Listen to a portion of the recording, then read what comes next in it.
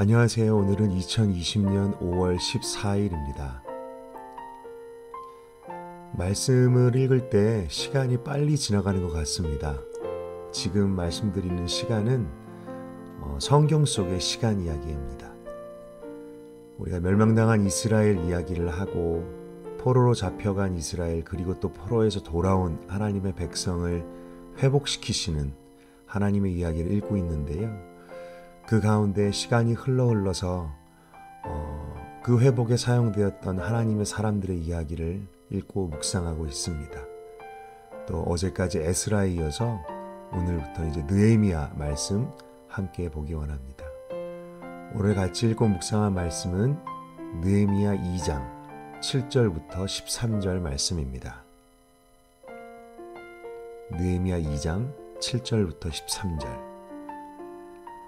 내가 또 왕에게 아뢰되 왕이 만일 좋게 여기시거든 강 서쪽 총독들에게 내리시는 조서를 내게 주사 그들이 나를 용납하여 유다에 들어가기까지 통과하게 하시고 또 왕의 삼림 감독 아삽에게 조서를 내리사 그가 성전에 속한 영문의 문과 성곽과 내가 들어갈 집을 위하여 들보로 쓸 제목을 내게 주게 하옵소서 하매 내 하나님의 선한 손이 나를 도우심으로 왕이 허락하고 군대 장관과 마병을 보내어 나와 함께 하게 하시기로 내가 강 서쪽에 있는 총독들에게 이르러 왕의 조서를 전하였더니 호론 사람 산발랏과 종이었던 암몬 사람 도비아가 이스라엘 자손을 흥왕하게 하려는 사람이 왔다 함을 듣고 심히 근심하더라. 내가 예루살렘에 이르러 머무른 지 사흘 만에 내 하나님께서 예루살렘을 위해 무엇을 할 것인지 내 마음에 주신 것을 내가 아무에게도 말하지 아니하고 밤에 일어나 몇몇 사람과 함께 나갈새 내가 탄 짐승 외에는 다른 짐승이 없더라. 그 밤에 골짜기 문으로 나가서 용정으로 분문에 이르는 동안에 보니 예루살렘 성벽이 다 무너졌고 성문은 불탔더라. 느헤미야는 에스라와는 동시대의 사람이었고 이스라엘 백성들이 처음 포로로부터 돌아온 후로는 거의 100년 후 시대를 살았던 사람입니다. 느헤미야의 이름의 뜻은 하나님께서 위로하신다라는 뜻입니다. 성경의 인물들의 그 이름 안에 있는 그들의 인생에 대한 그 사명 정말 놀랍습니다. 느헤미야는 환난과 능욕과 수치 가운데 있는 하나님의 백성들을 위로하시기 위해서 일으키시기 위해서 하나님께서 택하시고 부르셨던 사람이었고 그리고 그 부르심에 응답한 사람이었습니다. 1장부터 읽어보면 느헤미야는 페르시아 왕의 술 맡은 관리라고 하였습니다. 당시 고대 제국에서 왕의 술과 음료를 맡은 관리는 왕이 가장 신임할 수 있는 사람이어야 했고 또한 오늘날의 마치 비서실장처럼 그 권위도 대단한 자리였습니다. 그는 이방 땅에서 태어나고 자라서 그 나라에서 꽤 성공하고 왕의 궁전에 머물며 성공하고 자리 잡았던 그런 인생을 살고 있었습니다. 그러나 어느 날 고향 땅에서 들려온 자신의 동포들의 소식을 듣습니다. 사로잡힘을 면하고 그 땅에 남아있는 자들 그리고 포로로부터 돌아온 백성들 그들이 환난과 능욕 가운데 있다는 것 그리고 그것은 성벽이 무너졌고 성문이 모두 불탔기 때문이었다는 것 그리고 그는 이 말을 듣고 애통해하며 울며 하나님 앞에서 금식하며 기도합니다. 이때 느헤미야는 자신이 믿는 하나님이 어떤 분이신지를 고백하고 아뢰입니다. 하늘의 하나님, 크고 두려우신 하나님, 언약을 지키시는 하나님, 긍휼을 베푸시는 하나님. 그리고 자신들의 상황을 정직하게 아뢰며 하나님께 회개로 나아갑니다. 우리가 당하는 이 고난이 우리의 죄악 때문입니다. 우리를 용서하여 주시옵소서. 그리고는 하나님께 우리를 돌아보시고 이 환난에서 그들을 건져 주시기를 간구합니다. 1장에 기록되어 있는 그의 기도만 보더라도 답답하고 모든 것이 무너진 듯한 상황에서 어떻게 하나님 앞에 나아갈 수 있을지 그 방법을 배울 수 있습니다. 하나님께서는 그의 기도에 응답하셔서 몇 달 후에 놀랍게 하나님의 기회를 열어주십니다. 왕과의 만남 속에서 우연찮게 자신의 마음속에 있는 것, 마음의 근심거리, 그리고 마음의 소원을 왕에게 청하게 되고, 하나님은 왕의 마음을 움직여서서 그의 소원, 예루살렘으로 돌아가 그 성을 다시 쌓는 것을 이룰 수 있게 허락을 받습니다. 하나님의 사람 느헤미야는 그 상황과 모든 일 가운데 하나님의 선한 손이 도우셔서 이루셨다라고 고백하고 있습니다. 에스라도 느헤미야도 하나님의 사람, 믿음의 사람들의 눈에는 보이지 않는 하나님의 손이 보인다라는 공통점이 있는 것 같습니다. 그리고 느헤미야는 그 보이지 않지만 역사하시는 하나님의 선하신 손의 도우심으로 드디어 예루살렘으로 돌아와서 그가 사명으로 받은 성벽을 건축하는 일을 시작하게 됩니다. 느헤미야의 기도, 그리고 그 부르심에 응답하는 것, 이 말씀을 보면서 부르심과 비전이라는 단어에 대하여 생각해 보게 됩니다. 12절 말씀을 보면 느헤미야는 예루살렘 성벽을 건축하고 성문을 보수하는 일이 하나님께서 예루살렘을 위해 무엇을 할 것인지 자신의 마음에 주신 것이라고 표현합니다. 하나님께서 그 마음에 주신 것, 그 마음의 소원으로 주신 것, 사람의 개인적이고 이기적인 소망과 소원이 아니라 바로 하나님의 소원, 하나님의 꿈. 요즘 제가 즐겨 부르는 찬양의 가사 가운데 하나님의 꿈이 나의 비전이 되게 해주시옵소서라는 가사가 있습니다. 마치 그 가사의 고백처럼 느헤미야의 마음에 주신 하나님의 꿈, 바로 그것이 비전이겠지요.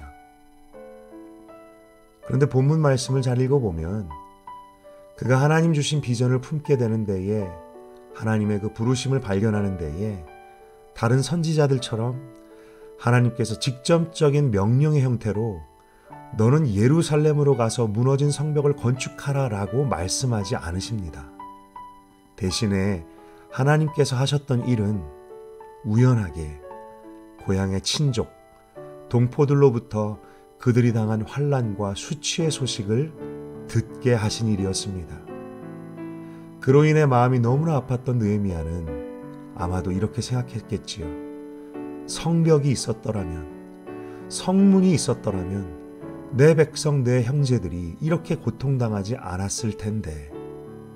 그리고 그때부터 느헤미야는 그 마음에 하나님의 마음, 하나님의 꿈을 품게 됩니다. 바로 무너진 성벽을 다시 재건하는 것이지요. 깨닫게 되는 것이 있습니다. 아, 비전은 그런 것이구나. 비전은 그렇게 품게 되는 것이구나. 저를 포함한 많은 사람들이 하나님의 비전, 그리고 부르심에 대하여 고민하고 궁금해하는 것 같습니다. 믿는 자로서 자신의 인생을 의미 있게 살고 싶기에, 자신의 인생을 지으신 하나님의 뜻에 맞게 살기를 소망하기 때문에, 그런데 그것을 발견하는 과정이 쉽지 않습니다. 길고 분별하기가 어렵고 많이들 고민합니다. 저 또한 그렇습니다. 그래서 너무나 궁금한 나머지 꿈에 한번 나타나 주셨으면, 혹은 음성 한번 들려주셨으면 하고 많이 바라고 기도합니다. 그런데 하나님의 비전은 그렇게 갖게 되는 것이 아닌 것 같습니다. 느헤미야에게서 배웁니다. 누가 하나님의 비전을 품을 수 있을까? 어떤 사람이 하나님의 비전을 어떻게 품을 수 있을까? 발견하는 첫 번째는 하나님의 마음으로 세상을 보는 사람이 하나님의 비전을 발견하고 품게 되는 것 같습니다. 느헤미야가 만일 고향의 소식을 듣고도 그냥 혀를 끌끌 차면서 안 됐네 라고 하며 지나갔다면, 별로 그들을 향해 애통해하지 않았다면 그는 성벽을 건축하는 하나님의 꿈을 자신의 꿈으로 삼지 못했을 것입니다. 그리고 또 한 가지, 기도하는 사람이 하나님의 비전을 품게 되는 것 같습니다. 기도하지 않으면 하나님께서 심어주신 그분의 꿈이 자라지 않는 것이지요. 하나님께서는 처음에는 우리에게 어떤 안타까운 대상을 발견하게 하십니다. 안타까운 마음을 심어주십니다. 그런데 기도하지 않으면 그 심어주신 마음이 자라나지 않습니다. 꿈으로, 비전으로, 소원으로. 그리고 하나님의 마음을 품는 사람은 다른 사람에게 미루지 않는 사람입니다. 느헤미야가 품었던 그 마음, 성벽이 있었다면, 그리고 성벽을 누군가가 지을 수만 있다면 하는 그 마음이 느헤미야에게는 내가 저 성벽을 지을 수 있다면 이라는 마음으로 자라났던 것이지요. 비전은 그런 것 같습니다. 자라나는 것이고요. 하나님께서 부족한 나라도 사용하여 주신다면 이렇게까지 자라나는 것입니다. 하나님은 그렇게 일하시더라고요. 예를 들어 보면 이럴 수도 있는 것 같습니다.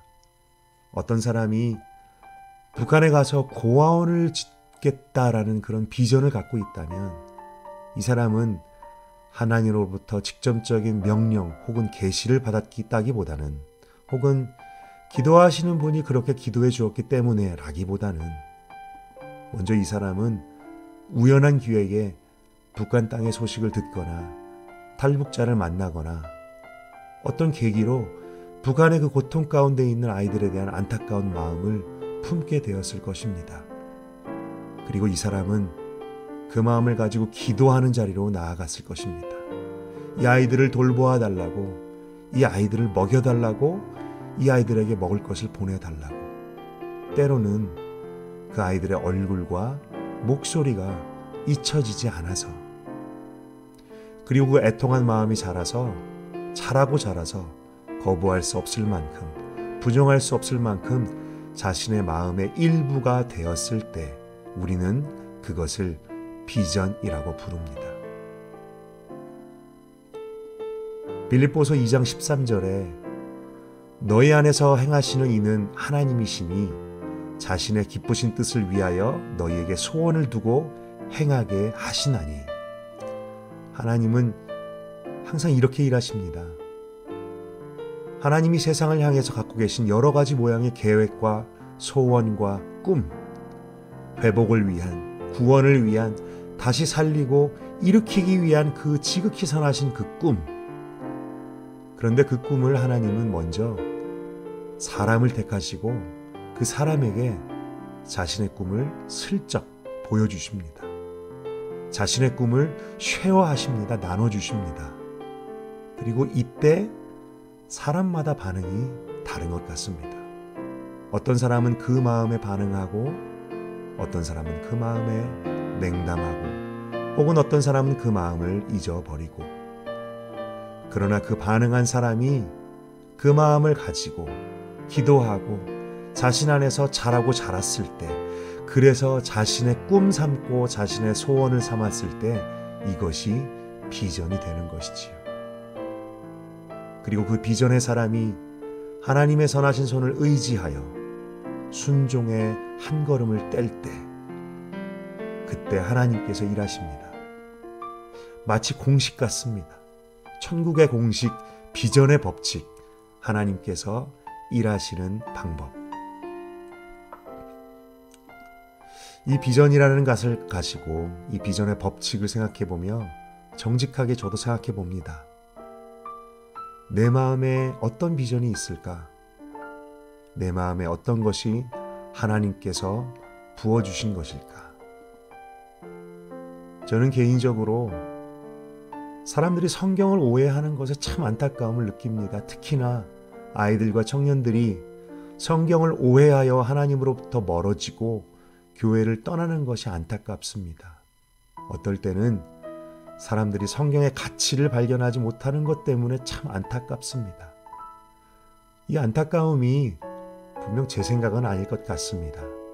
하나님으로부터 온 것 같습니다. 그런데 제가 하나님의 마음으로 이들을 바라보는 것이 부족했던 것을 발견합니다. 이들을 향한 애통함, 그 마음을 품고 심각하게 기도하지도 못했던 것 같습니다. 그랬기에 하나님 주신 마음이 자라나지 못했던 것 같습니다. 지금이라도 다시 하나님 주신 마음을 품고 기도해 보고자 합니다.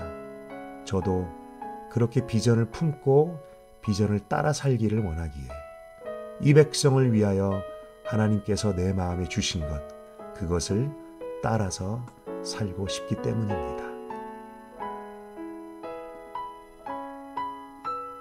이 시간 함께 한번 여러분 안에 주신 하나님의 꿈과 소원, 그 비전을 찾아서 같이 한번 생각해보고 묵상해 보았으면 좋겠습니다.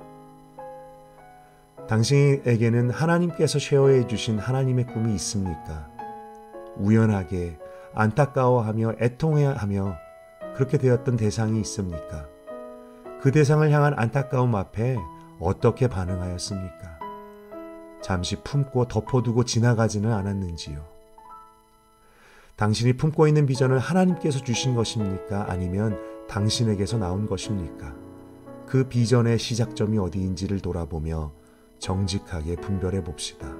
그리고 하나님께서 주신 마음에도 불구하고 기도하지 않거나 그 마음에 반응하지 않았거나 나는 아니겠지라고 하며 미루었던, 그래서 놓쳐버린 하나님의 꿈이 있지는 않을까요?